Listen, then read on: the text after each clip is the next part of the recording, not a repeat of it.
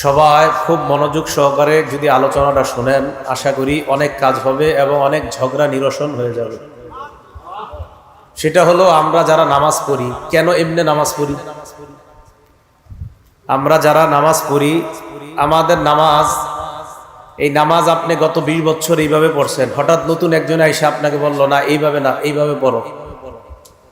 এখন আপনি যদি গত 20 বছর সঠিক পড়ে থাকেন, তাহলে নতুন দাওয়াত কেন নিবেন? নতুন যে দাওয়াতটা মনে করেন এটাও সঠিক, নতুন দাওয়াতটা যে ভুল তা বলছি না, নতুনটাও সঠিক। কিন্তু আপনি পুরাতন যে আমলটা করতেন, এটা যদি সুন্নাহ সম্মত হয়ে থাকে, তাহলে এটা কেন ছাড়বেন? কথা বুঝে আসছে? আশা করি ওলামা, তোলাবা, সোলাহা, আওয়াম, সর্বসাধারণ সকলের জন্য এবং আমার নিজের জন্য খুব কাজ হবে। কথাগুলা মন দিয়ে শুনবো আমরা। সূরা মাইদার 6 নম্বর আয়াতে আল্লাহ বলেন, ইয়া আইয়ুহাল্লাযীনা আমানু ইযা কুমতুম ইলাস সালাহ, হে ঈমানদারগণ, যখন তোমরা নামাজের ইচ্ছা করো, ফাগসিলু ওয়ুজুহাকুম ওয়া আইদিয়াকুম ইলাল মারাফিক, চেহারা ধৌত করো, 2 হাত কনুই পর্যন্ত ধৌত করো, ওয়ামসাহু বিরুউসিকুম, মাথা মাসাহ করো, ওয়া আরজুলাকুম ইলাল কাবাইন, পা টাকনু সহ ধৌত করো, ওয়া ইন কুনতুম জুনুবান ফাত্তাহহারু, আর যদি গোসল ফরজ হয় তাহলে গোসল, এই ফরজ গোসলটা করে ভালোভাবে পবিত্রতা অর্জন করো। তাহলে নামাজ পড়ার ইচ্ছা যখন করব আমরা, নামাজের আগে পবিত্রতা অর্জন করা, এটা হলো জরুরি বিষয়। নামাজের আগে, 5 ওয়াক্ত নামাজের আগে আমাদের ওযু করতে হয়, আবার ফরজ গোসল হলে গোসল করতে হয়। তো এটা সবসময় প্রয়োজন হয় না, কি ওযুটা সবসময় প্রয়োজন হয়। তিরমিজি শরীফের 1 নম্বর হাদিসের বর্ণনা, ক্বালা রাসূলুল্লাহ সাল্লাল্লাহু আলাইহি ওয়াসাল্লাম, লা তুকবালু সালাতুন বিগাইরি তুহুর, রাসূল আকরাম সাল্লাল্লাহু আলাইহি ওয়াসাল্লাম ইরশাদ করেন, পবিত্রতা অর্জন ছাড়া নামাজ কবুল করা হয় না। তিরমিজি শরীফের 2 নম্বর হাদিস, ক্বালা রাসূলুল্লাহ সাল্লাল্লাহু আলাইহি ওয়াসাল্লাম, ইযা তাওয়াদ্দাআল আবদুল মুসলিমু আওয়াল মুমিনু, রাসূল আকরাম সাল্লাল্লাহু আলাইহি সাল্লাম বলেন, কোন মুসলমান অথবা ইমানদার যখন ওযু করে, ফাগসালা ওয়াজহা, যখন ওযু করার সময় চেহারা ধৌত করে, খরাজা মিন ওয়াজহিহি কুল্লু খাতিআতিন নাযারা ইলাইহা বিআইনাইহি, এই 2 চোখ দিয়া যত গুনাহ করে, চেহারার এই পানিগুলা যখন পড়ে, মাআল মাই আও মা আখিরি কতরিল মা, এই শেষ ফোঁটা পানির সাথে এই নজরের গুনাহগুলা ঝরে পড়ে যায়। এই জন্য চেহারা যখন আমরা ধৌত করব ওযুতে, গুরুত্ব সহকারে এই আমলটা করা। ওয়া ইযা গাসালা ইয়াদাইহি, বান্দা যখন 2 হাত ধৌত করে, আল্লাহ নবী বলেন, সুম্মা গাসালা ইয়াদাইহি, হাত যখন 2টা ধৌত করে, খরাজা কুল্লু খাতিআ মিন ইয়াদাইহি বাতাশাতহা ইয়াদা, হাত যখন ধৌত করে, এই 2 হাত দিয়ে যত অপরাধ করছে, হাতের পানিগুলা পড়ার সাথে সাথে তার এই গুনাহগুলা ঝরে পড়ে যায়। তিরমিজি শরীফের 3 নম্বর হাদিস, ক্বালা রাসূলুল্লাহ সাল্লাল্লাহু আলাইহি ওয়াসাল্লাম, মিফতাহুস সালাতি আত-তুহুর, আল্লাহ নবী বলেন, নামাজের চাবি হলো পবিত্রতা অর্জন করা। নামাজের চাবি হলো পবিত্রতা অর্জন করা। মনে রাখবেন, পবিত্রতা অর্জন করা একটা আমল, ওযু করা একটা আমল। আজকে থেকে একটা হাদিস সবসময় মনে রাখবেন, আমরা জীবনে যত আমল করি, এই আমলটা যেন সুন্দর করে করি, এটা আল্লাহ পছন্দ করেন। দলিল একটা কিতাব আছে নাম মুসনাদে আবি ইয়ালা, এই কিতাবের 4386 নম্বর হাদিসের বর্ণনা, عن عائشة الصديقة رضي الله تعالى عنها قالت قال رسول الله صلى الله عليه وسلم, আম্মা জান আয়েশা সিদ্দিকার বর্ণনা, আল্লাহ নবী বলেন, ইন্নাল্লাহা ইউহিব্বু ইযা আমিলা আহাদুকুম আমালান আন ইউতকিনা, তোমাদের কেউ যখন কোনো আমল করো, ওই আমলটা যেন ইত্তানের সাথে সুন্দরভাবে করো, এই বিষয়টা আল্লাহ পছন্দ করেন। আমল সুন্দরভাবে করা, এটা আল্লাহ পছন্দ করেন। আমি আপনি জীবনে চলার পথে যত ভালো আমল করি এটা সুন্দরভাবে করা আল্লাহ পছন্দ করেন। বলেন অজু একটা আমল কিনা?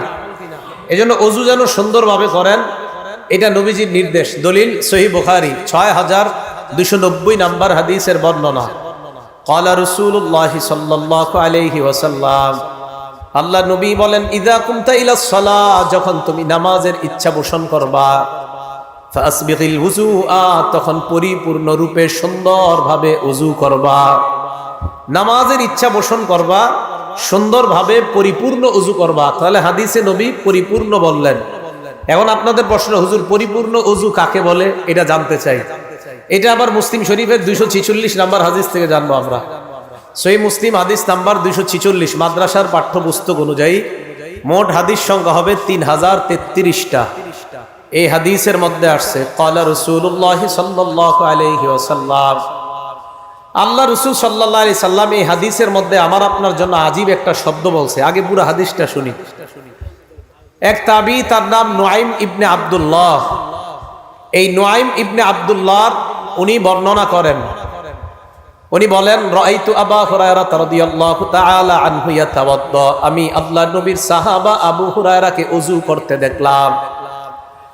আবু হুরায়রাকে আমি দেখলাম, ফাগসালা ওয়াজহা, উনি যখন ওযু করে, ফাসবাগাল মা, চেহারা উনি ভালোভাবে ধৌত করে, উত্তম ভাবে ধৌত করে।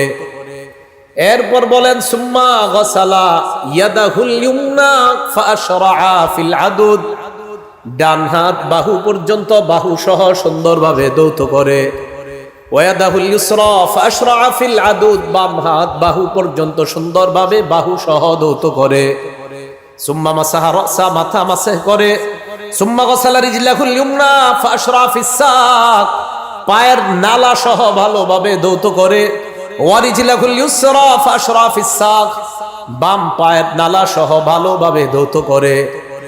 আবু হুরায়রা রাদিয়াল্লাহু তাআলা আনহু এইভাবে ওযু করার পর সামনে যারা, তাদেরকে বললেন, হাকাযা রাআইতু রাসূলুল্লাহি সাল্লাল্লাহু আলাইহি ওয়াসাল্লাম ইয়াতাওয়াদ্দা, আমি যেইভাবে ওযু করলাম তোমাদেরকে দেখাইলাম, আল্লাহর নবীকে অবিকল এইভাবে আমি ওযু করতে দেখেছিলাম। আমি নবীজিকে দেখছি এইভাবে ওযু করে। ঘটনা শেষ হয় নাই, হাদিস শেষ হয় নাই। আবু হুরায়রা বলেন, সুম্মা ক্বালা রাসূলুল্লাহি সাল্লাল্লাহু আলাইহি ওয়াসাল্লাম, এরপর আল্লাহ নবী বলেন, আনতুমুল গুররুল মুহাজ্জালুনা ইয়াউমাল কিয়ামা মিন ইসবাগিল ওযু, পরিপূর্ণভাবে ওযু করার কারণে, পরিপূর্ণভাবে হাত, চেহারা, পা গুলা ধৌত করার কারণে কিয়ামতের ময়দানে তোমাদের হাত, পা আর চেহারা, এই অঙ্গগুলা, ওযুর অঙ্গগুলা কিয়ামতের ময়দানে কোটি কোটি মানুষের মাঝে চকচক করতে থাকবে, এভাবে জ্বলতে থাকবে। অন্য বর্ণনায় সাহাবারা বললেন, ইয়া রাসূলুল্লাহ, কিয়ামতের ময়দানে আমাদেরকে আপনি কিভাবে চিনতে পারবেন? আল্লাহ নবী কয়, তোমরা ওযু করার কারণে ওযুর অঙ্গগুলা কিয়ামতের ময়দানে এমন চমকাইতে থাকবে, আমি দেখলেই চিনতে পারবো এগুলাই হলো আমার উম্মত। ওযু সুন্দরভাবে করা, এখন থেকে যে নামাজের আগে কোনো মতে ওযু করা, বাস মাইরা দিলাম, এরকম যেন না হয়। সুন্দরভাবে ওযু করা। আল্লাহ নবী কয়, ফামানিস্তাতা মিনকুম, তোমাদের কেউ যদি চাও তাহলে ফালইউতিল গুররাতা ওয়া তাহজিলা, তাহলে এই আলোটা, এই সৌন্দর্যতা আরো বাড়ায় নাও। তার মানে ওযু যত সুন্দর হবে, তোমার চেহারা, হাত, পা কিয়ামতের ময়দানে তত বেশি চমকাইতে থাকবে। এখন কথা আছে আরেকটা। কি কথা? ওযু করতে গিয়ে আপনি জামাত প্রথম রাকাতে তাকবীরুল্লাহ ধরতে গিয়া কোনো মতে সেরে লাইছেন কাম, অঙ্গ শুষ্ক রয়েছে, এটার কি ঝামেলা? ঝামেলা আছে। দলিল সহিহ বুখারী 60 নাম্বার হাদিস। আব্দুল্লাহ ইবনে ওমর রাদিয়াল্লাহু তাআলা আনহুমার বর্ণনা। আব্দুল্লাহ ইবনে ওমর বলেন, তাখাল্লাফা আন্না নবী সাল্লাল্লাহু আলাইহি ওয়াসাল্লাম ফি সাফরাতিন সাফারনাহা, এক সফরে আমরা আল্লাহর নবীর সাথে ছিলাম। সফরে আমরা সামনে চলে গেলাম, কোন কারণে আল্লাহর নবী সফরে পিছনে পড়ে গেলেন। সফর হইতে পারে না এরকম, আমরা সামনে চলে গেলাম, নবী পিছনে পড়ে গেলেন। ফাআদরাকানা, আল্লাহ নবী আমাদেরকে ধরে ফেললেন। ধরে ফেললেন মানে মোটামুটি কাছায় গেছে, এবার আমাদেরকে দেখা যায়। এর মাঝে ঘটনা হয়ে গেছে কি, ওয়াকাদ আরহাকাতনাস সালাহ, আসরের নামাজ ছুটে যাবে যাবে অবস্থা আমাদের। তাই আমরা চিন্তা করলাম তাড়াতাড়ি আসর পড়া দরকার। ওয়া নাহনু নাতাওয়াদ্দু, ওযু করতে লাগলাম। তো কোনো মতে আসর যেহেতু পড়তে হবে, ওয়ানাম, আমরা ওযু করতে লাগলাম, ওয়াজআলনা নামসাহু আলা আরজুলিনা, কয় পাগুলা কোনো মতে ধুইলাম, কোনো মতে তাড়াতাড়ি তাড়াতাড়ি ধুইয়া দাঁড়াইতে হবে। আল্লাহ নবী আমাদের কি পিছন থেকে দেখলেন না, দা আলা সাউতিহি, জোরে ডাক দিলেন, এই এভাবে জোরে ডাক দিস, ওয়াইলুল লিল আকাবি মিনান নার, ওয়াইলুল লিল আকাবি মিনান নার, ওয়াইলুল লিল আকাবি মিনান নার। নবীজি একবার দুইবার, হাদিসের বর্ণনায় দুইবার বা তিনবার বললেন, যে অঙ্গগুলা ধৌত করা হয় না এইগুলা জাহান্নামে, পায়ের পিছনে তোমাদের শুকনা রয়েছে, এই শুকনা অঙ্গগুলা জাহান্নামে, পায়ের পিছনে শুকনা রয়েছে, শুকনা অঙ্গগুলা জাহান্নামে। নবী সাল্লাল্লাহু আলাইহি সাল্লাম বললেন, তাড়াহুড়া করে যে ওযু করলা, পায়ের পিছনে তো শুকনা রয়ে গেছে, এটা জাহান্নামে যাবে। তো পা যদি না ধোয়ার কারণে জাহান্নামে যায়, জাহান্নামে কি শুধু পায়ের ওই অংশ যাবে না পুরো বডি যাবে?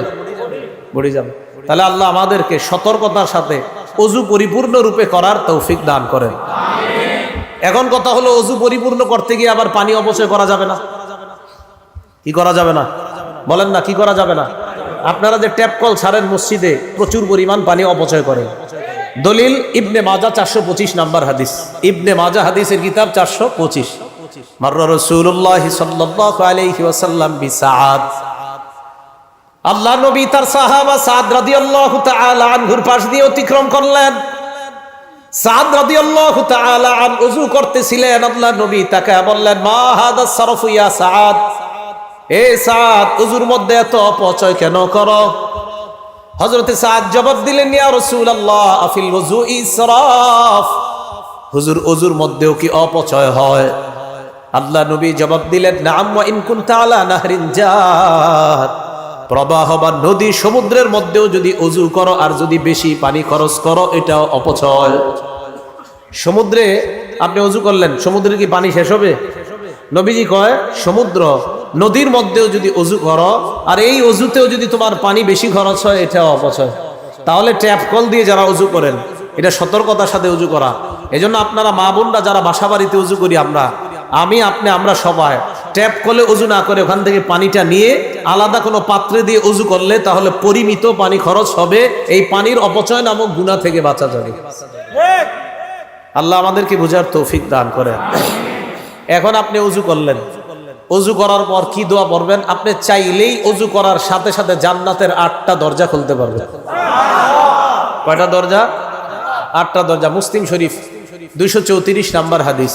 ক্বালা রাসূলুল্লাহ সাল্লাল্লাহু আলাইহি ওয়াসাল্লাম, আল্লাহ নবী বলেন, মা মিনকুম মিন আহাদিন ইয়াতাওয়াদ্দা, তোমাদের কেউ যখন ওযু করবা, ওযু করার পর ফায়ুবলিগুল ওযুআ আও ইউসবিকুল ওযুআ, পরিপূর্ণ রূপে ওযু করবা।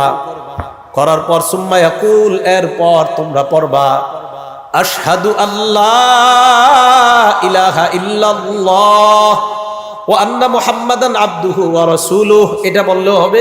আর আপনারা যেটা পারেন, ওয়া আশহাদু আন্না মুহাম্মাদান আবদুহু ওয়া রাসূলুহু, এটা বললেও হবে। এরপর পড়বেন, আল্লাহুম্মা জাআলনি মিনাত তাওয়াবিনা ওয়া জাআলনি মিনাল মুতাতাহহিরিন। নবীজি বলেন, ইল্লা ফুতিহাত লাহু আবওয়াবুল জান্নাতিস সামানিয়া, এই দোয়াটা কালিমায়ে শাহাদাত পড়তে দেরি সাথে সাথে আল্লাহর জান্নাতের 8টা দরজা খুলে দেওয়া হয়। নবীজি বলেন, ইয়াদখুলু মিন আইয়িহা শা, সে যেই দরজা দিয়ে মন চায় ওই দরজা দিয়ে জান্নাতে প্রবেশ করবে।